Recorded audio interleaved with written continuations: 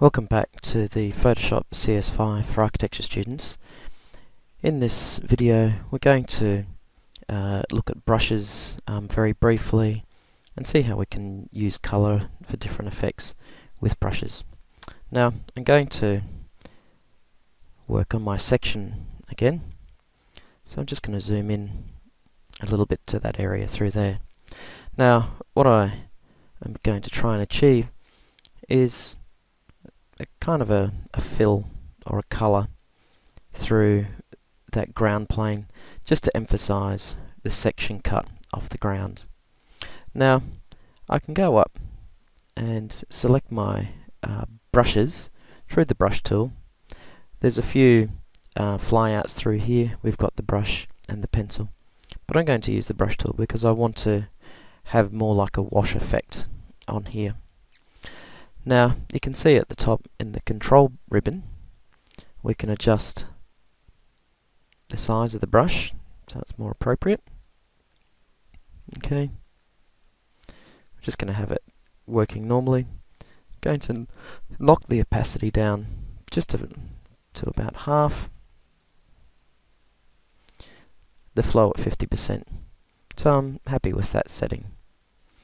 Now what I'm going to do is I'm going to try and apply colour through here. Let's select a colour from the swatches. That cool dark brown should be fine. Now I'm going to open up my layers, make sure that I'm working on my section layer, that I've put this background colour on. Now I'm going to try and colour over that. Okay, that's not quite what I wanted. I'll just bump up the opacity a little bit more. That's okay, but the problem is that with the brush I quite like this sort of faded effect at the bottom, but the problem is that I'm getting sort of smudging and spill on top of the section line, whereas what I want is a nice crisp line on that side. So I'm going to go back in time using my history panel. Now what I'm going to do is, instead of just trying to do this by hand, what I'll do is I'll make a little clipping mask, or a mask to actually spray against, so I can get a nice hard edge along that section and it can bleed out in this area through here. Now we know about the polygon lasso tool, but I'm going to use the magnetic lasso tool in this instance, because I'm going to zoom in a little bit, shift to pan. I want to see that whole line. There we go.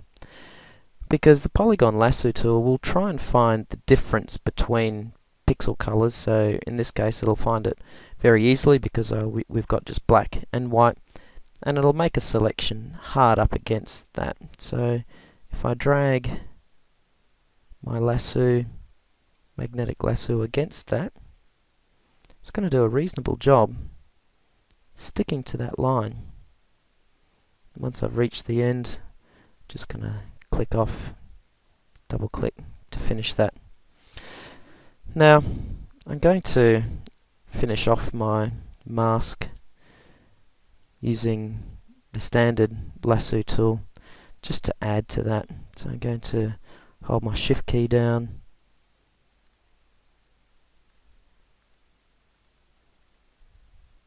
and close that off there. You notice I've gone outside the window. That's okay, because what I'm mainly interested in is this line up through here. Now you can see in adding to that, it's actually changed the magnetic lasso. So I'm going to use my Alt key to take some of that selection away so that it remains nice and tight to my selection. Okay, zooming out with the Control 0.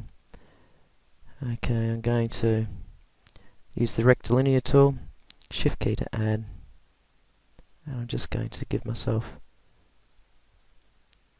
a nice square edge.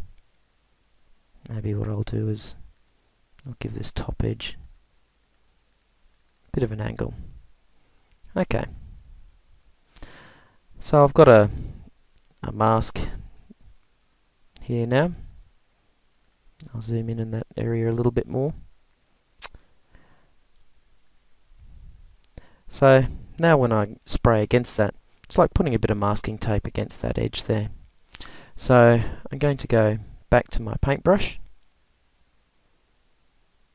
I might actually give myself quite a large brush so I get a nice effect. And I'm just going to spray along that edge through there.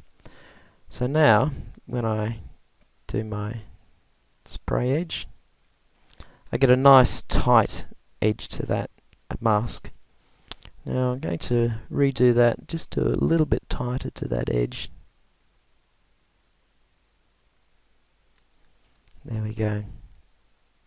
A bit more through there.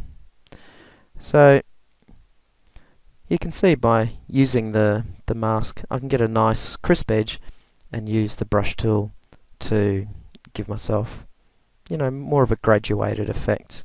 And what I could do is try and extend that across through to blend in this drawing with the plan. So remember from last time, we can actually save that selection. We go save. I'm going to call it ground section mask. Okay, that, and then Control D to turn that off. And then we know that we can actually then call back that masking section if we really want to. So there's plenty more in the drawing that you could play around with the masking tool, and in fact some of the other colouring tools we've gone through.